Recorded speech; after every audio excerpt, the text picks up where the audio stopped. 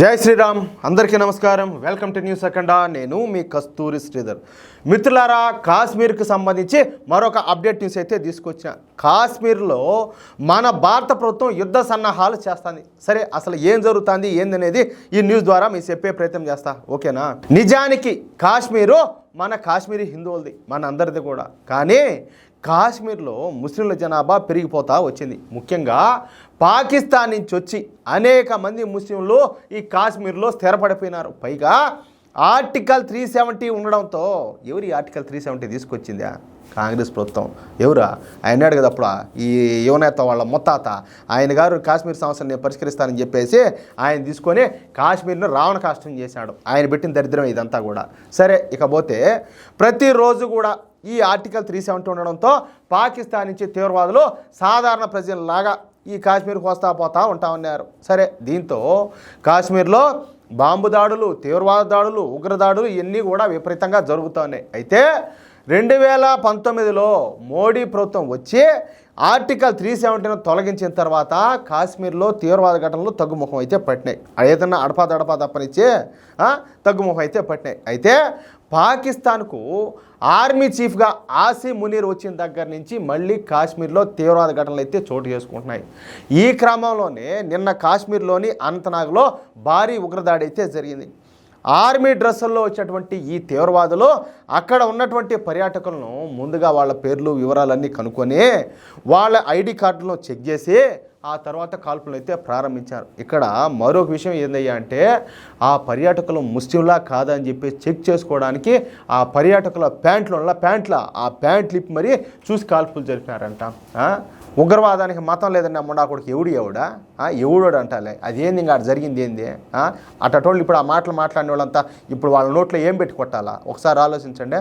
ఇక్కడ ఇంకొక మాట ఏంటంటే, సరే భర్తలను అయితే చంపేశారు, మొగాళ్ళని చంపేశారు, వాళ్ళ భార్యలో మమ్మల్ని కూడా చంపేసేయండి, మా భర్త ఎలాగో చనిపోయినాడు, ఇంకా మేము బతికి ప్రయోజనం లేదని చెప్పేసి కుయ్యమ్మరని చెప్పేసి వాళ్ళు ఏడిస్తే, మేము మిమ్మల్ని చంపము, పోయి మీ మోడీకి చెప్పుకోమన్నారంట. వచ్చాడు మోడీ కూడా వచ్చినాడు, సౌదీ అరేబియా పోయి ఆ నుంచి అర్ధాంతరంగా పర్యటన ముగించుకొని వచ్చినాడు. నాకు మాట్లాడకూడదని చెప్పేసి కొన్ని మాటలు మాట్లాడటంలే మీకు ఉంటుందిరా రే. ఒక్కొక్కడికి కొట్టే మామూలుగా ఉండదు, ఇంక ఉంటుంది సమాధానం. మోడీ ఇచ్చే సమాధానం ఎట్టుంటుందో చూస్తారు మీరు కూడా. మోడీ చెప్పుకోమంటారా? ఎడే ఉండేది కాంగ్రెస్ ప్రభుత్వం అనుకుంటారా, లేకపోతే చేతగాని సన్నాసులు అనుకుంటారా?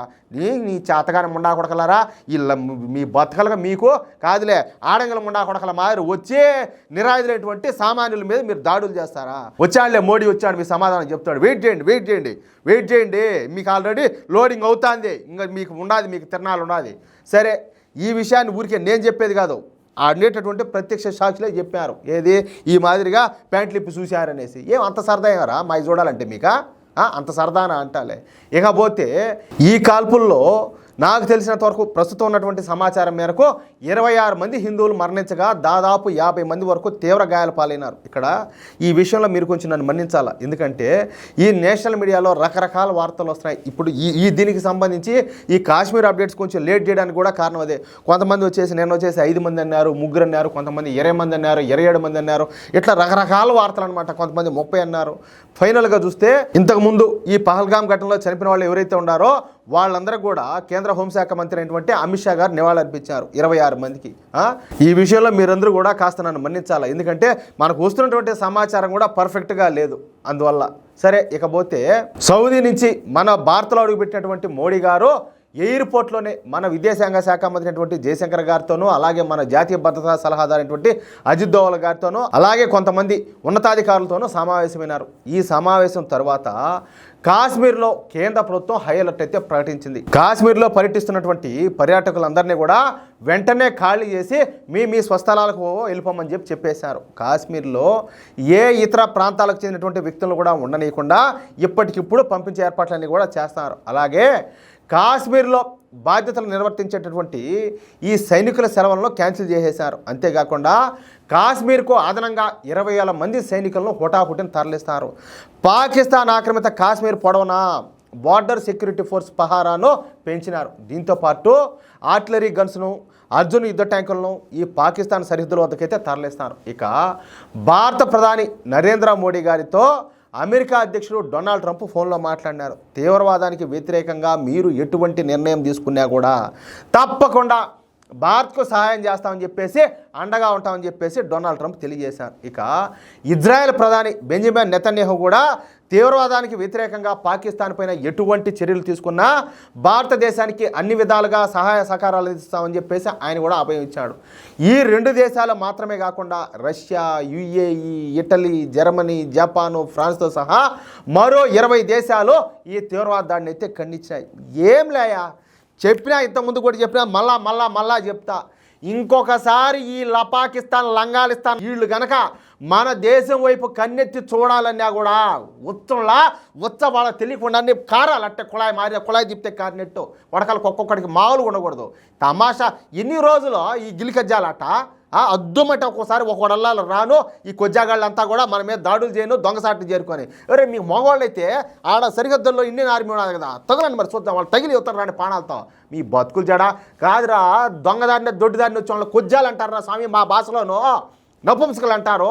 మీరు నపుంసలా మీరా, కొజ్జాలి మీరా, మీ బతుకులు జడా. ఏం పుట్టకలరా స్వామి మీ పుట్టకల్లా నా మెట్టు. సరే, ఇకపోతే తీవ్రవాద వ్యతిరేక పోరులో భారతదేశానికి సహకరించేందుకు ఈ దేశాలన్నీ కూడా ముందుకొచ్చాయి. ఇక ఈరోజు సాయంత్రం ప్రధాని మోడీ గారి ఆధ్వర్యంలో క్యాబినెట్ కమిటీ ఫర్ సెక్యూరిటీ అంటే CCS మీటింగ్ అయితే జరగనున్నదన్నమాట. ఈ CCS మీటింగ్లో పాకిస్తాన్ పైన ఎలాంటి చర్యలు చేపట్టాలా, పాకిస్తాన్కి ఎలా బుద్ధి చెప్పాలన్న అంశం పైన చర్చించనున్నారు. మొత్తంగా పాకిస్తాన్ పైన ఈసారి తీవ్రమైన దాడి చేసే అవకాశం మాత్రం స్పష్టంగా కనపడుతుంది.